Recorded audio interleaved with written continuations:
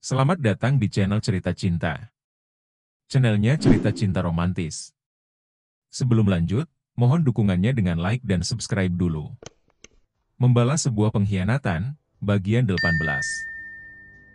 Ia ingin tahu, apa yang sedang dilakukan seorang gadis di sana, di tempat gelap sendirian? Saat akan menghampirinya, ponselnya berdering. Axel mengambil ponselnya yang ada di dalam saku. Saat melihat ke arah gadis tadi, gadis itu sudah menghilang entah kemana. Ya, Jose. Axel mengangkat panggilan, tapi pandangannya terus diarahkan ke sekitar tempat. Gadis itu benar-benar menghilang. Sekarang hanya ia seorang diri di sana. Tahu gitu aku tidak kembali cepat-cepat, rutuk Elle setibanya di rumah. Ia mendengar suara lenguhan Aleta di balik kamar, yang mungkin sedang saling genjot nikmat dengan Zuran. Mendengar semua itu, mengingatkannya pada percintaannya dengan Axel. Kenikmatannya dengan Axel begitu mengesankan, momen di mana tak dapat ia lupakan. Elle tersenyum sendiri saat mengingatnya.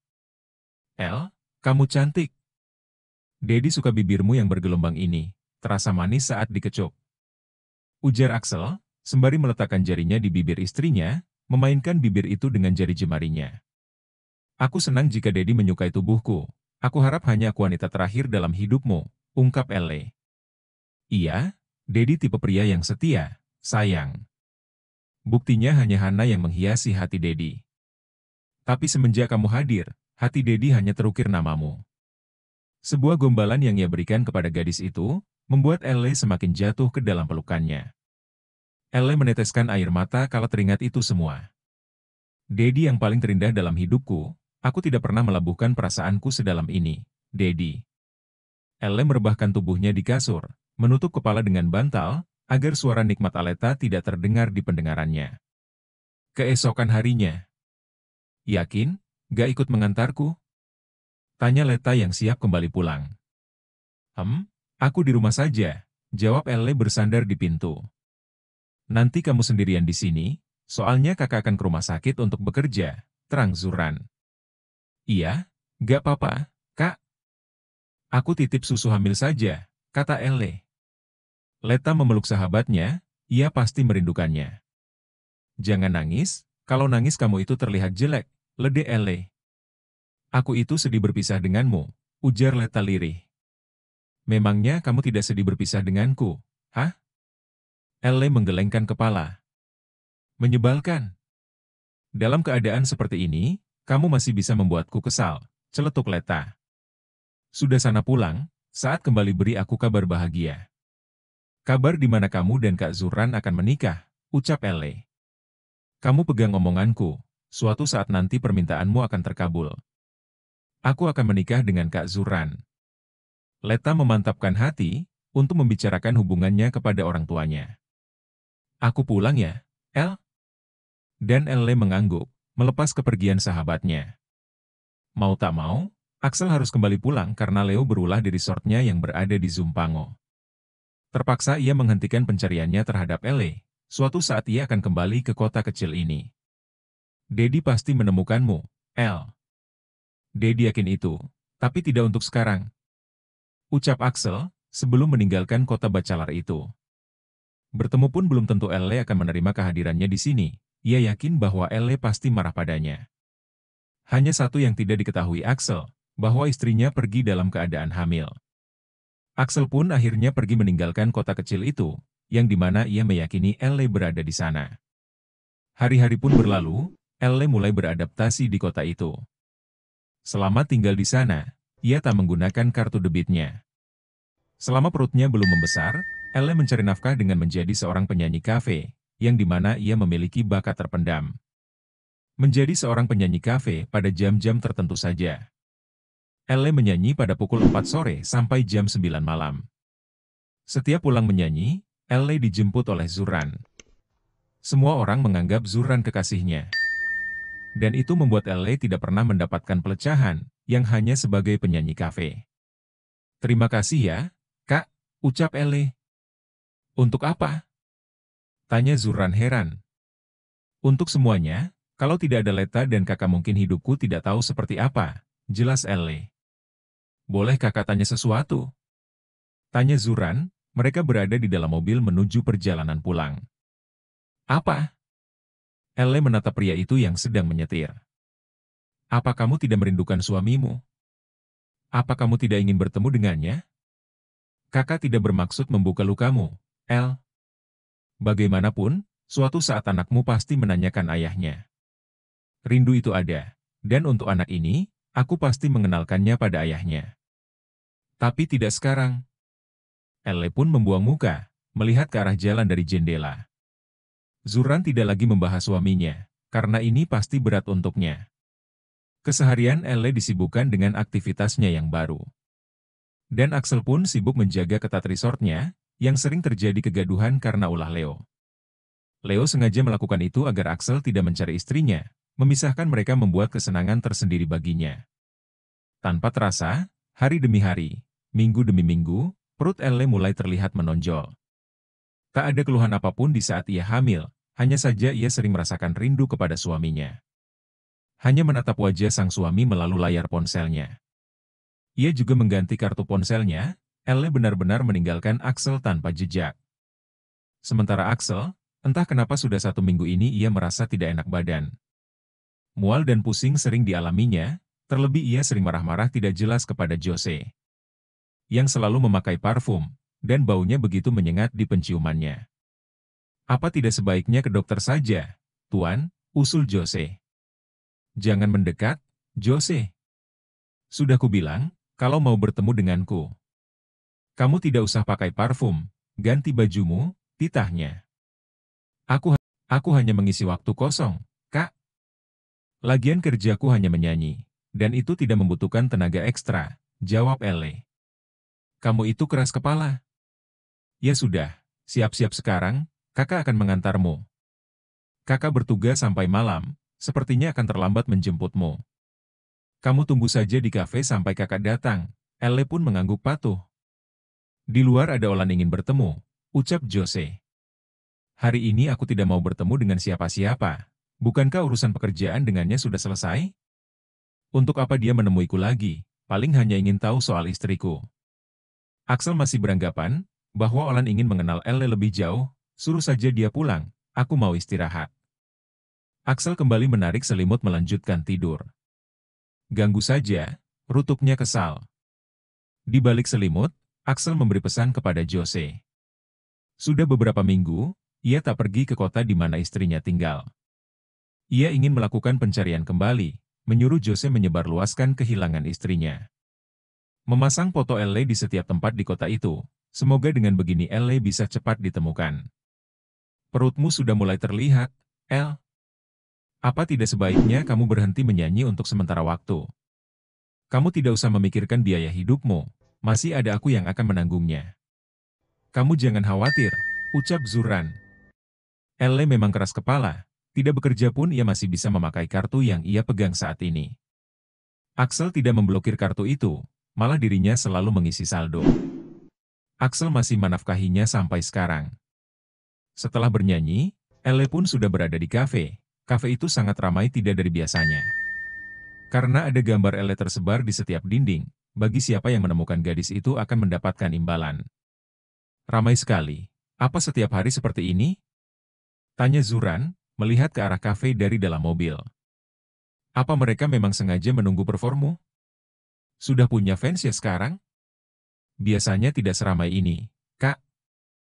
Aku, kan bukan penyanyi terkenal, hanya penyanyi kafe biasa, jawab Elle. Karena penasaran, ia pun melongokkan wajahnya melihat ke arah kafe. Tanpa sengaja ia melihat gambarnya terpasang di tiang. Tertulis di mana berita orang hilang. Kak, bukankah itu gambarku? Kenapa jadi berita orang hilang? Tanyanya seraya menajamkan mata. Elle langsung teringat akan suaminya. Apa mungkin masih mencariku? Pikirnya kaget. Kak, sepertinya aku gak jadi ke kafe. Perasaanku tidak enak, aku ikut rumah sakit saja kalau begitu. Zuran tak banyak bertanya, ia tahu kalau ini pasti ulah suaminya. Axel merasa yakin akan keberadaan istrinya.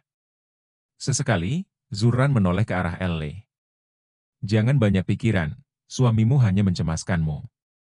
Bukan untuk balas dendam kepadamu, Zuran menyimpulkan seperti itu karena tidak ingin Elle stres.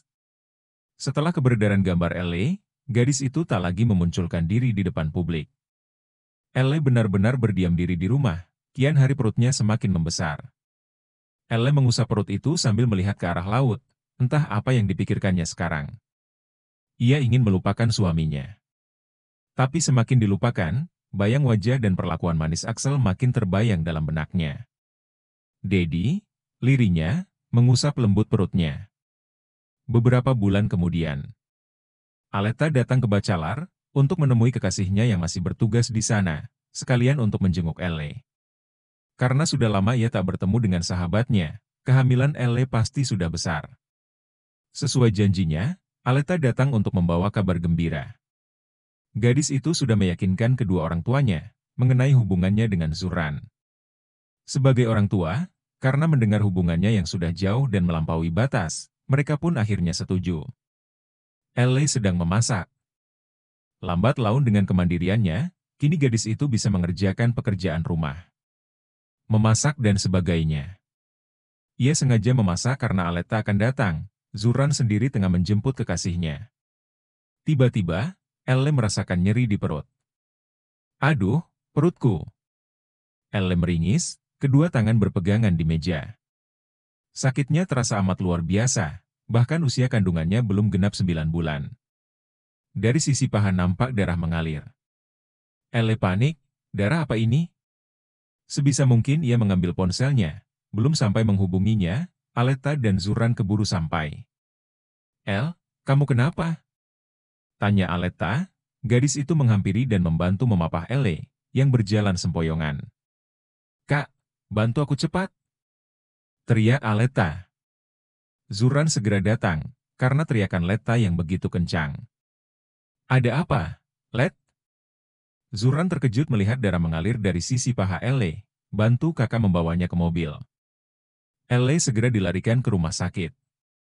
Elle melahirkan secara prematur dan harus segera dioperasi. "Selesaikan administrasi dulu sebelum operasi dilakukan," ucap suster kepada Aletta. Elle dibawa ke rumah sakit, yang dimana bukan tempat Zuran bekerja. Ibu hamil itu dibawa ke rumah sakit yang lebih besar. "Let, gunakan kartu debit milikku untuk biaya rumah sakit," ucap Elle, sebelum memasuki ruang operasi. Secara tidak langsung, ia memberi kabar kepada suaminya.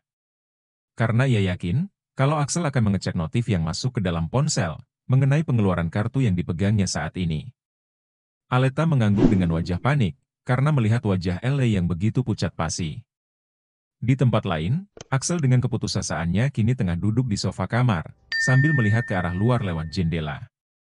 Pria itu tak lagi banyak berbicara setelah kehilangan istrinya. Penyesalannya yang teramat dalam, sampai istrinya pergi meninggalkannya. "Apa kamu bahagia tanpa Dedi, Elle? Kenapa mencarimu begitu sulit? Kota itu kota kecil, apa aku yang terlalu bodoh sampai tidak bisa menemukanmu?"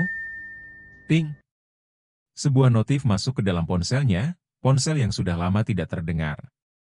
Ponsel itu khusus hanya untuk Elle, hanya gadis itu yang tahu nomornya. Semua laporan mengenai kartu debit pun akan masuk ke dalamnya. Axel langsung beranjak, untuk mengambil dan melihat pesan masuk. Pesan dari bank, sebuah notif dengan tagihan yang jumlahnya begitu besar. Axel terkejut, Elle menggunakan kartu debit itu untuk yang pertama kalinya. Sebuah harapan untuk bisa menemukan istrinya. Axel langsung beringsut menghubungi Jose. "Siapkan kapal penerbangan ke Bacalar sekarang." Setelah menghubungi Jose, Axel segera bersiap.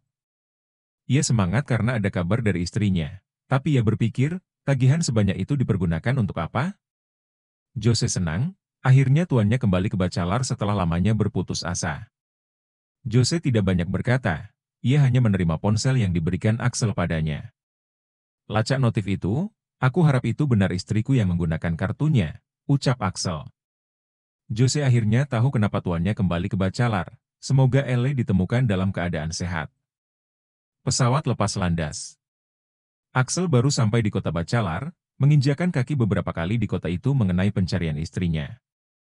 Berharap dengan harapan baru, bahwa kali ini ia akan menemukan istri kecilnya, dengan adanya notif masuk ke dalam ponsel. Setibanya di sana, Jose mengerahkan beberapa orang untuk mengecek informasi di sana melalui bank. Sementara itu di rumah sakit, Elle masih belum sadarkan diri pasca operasi yang dilakukan. Dokter memberikan bius total karena usianya masih terbilang sangat muda untuk melahirkan. Di usianya yang baru akan menginjak 18 tahun, ia harus melahirkan seorang putra yang sangat tampan. Bayi mungil itu kini sudah terlahir ke dunia. Dengan bobot 2,5 kg, lahir prematur dan harus berada di inkubator selama beberapa minggu. Aleta dan Zuran menatap bayi merah itu di balik kaca. Sedangkan Elle masih berada di ruang ICU karena belum sadarkan diri. Lihatlah, bayinya lucu sekali, ucap Leta kepada Zuran. Suatu saat kita akan memiliki bayi seperti itu. Zuran meraih pinggang Aleta dari samping, dan gadis itu menyandarkan kepala di pundak kekasihnya. Selama berhubungan, Zuran selalu memakai pengaman. Ini risiko hamil di usia muda. Ia tak ingin Aleta bernasib seperti Elle. Melahirkan dengan jalan operasi lebih menyakitkan daripada normal. Tak berselang lama, beberapa orang datang ke rumah sakit mencari pasien bernama Griselle. Axel segera menuju ke sana setelah mendapatkan informasi dari bank. Dengan data pembayaran yang dilakukan oleh kartu atas nama Griselle. Hati Axel tidak tenang, karena takut terjadi sesuatu dengan istrinya. Takut terjadi akan kecelakaan yang tidak diinginkan. Bagaimana, Sus? Apa ada nama pasien atas nama Griselle? Tanya anak buah Jose kepada suster. Suster nampak ketakutan, karena orang-orang yang datang berjumlah tidak sedikit. Apalagi dengan penampilan yang seperti debt collector. Sebentar, Tuan. Kami akan mencari datanya lebih dulu. Suster sedikit panik karena merasa didesak. Tak lama, Axel dan Jose pun sampai di rumah sakit. Bagaimana? Apa istriku menjadi pasien di rumah sakit ini? Tanya Axel kepada orang-orangnya. Bersambung.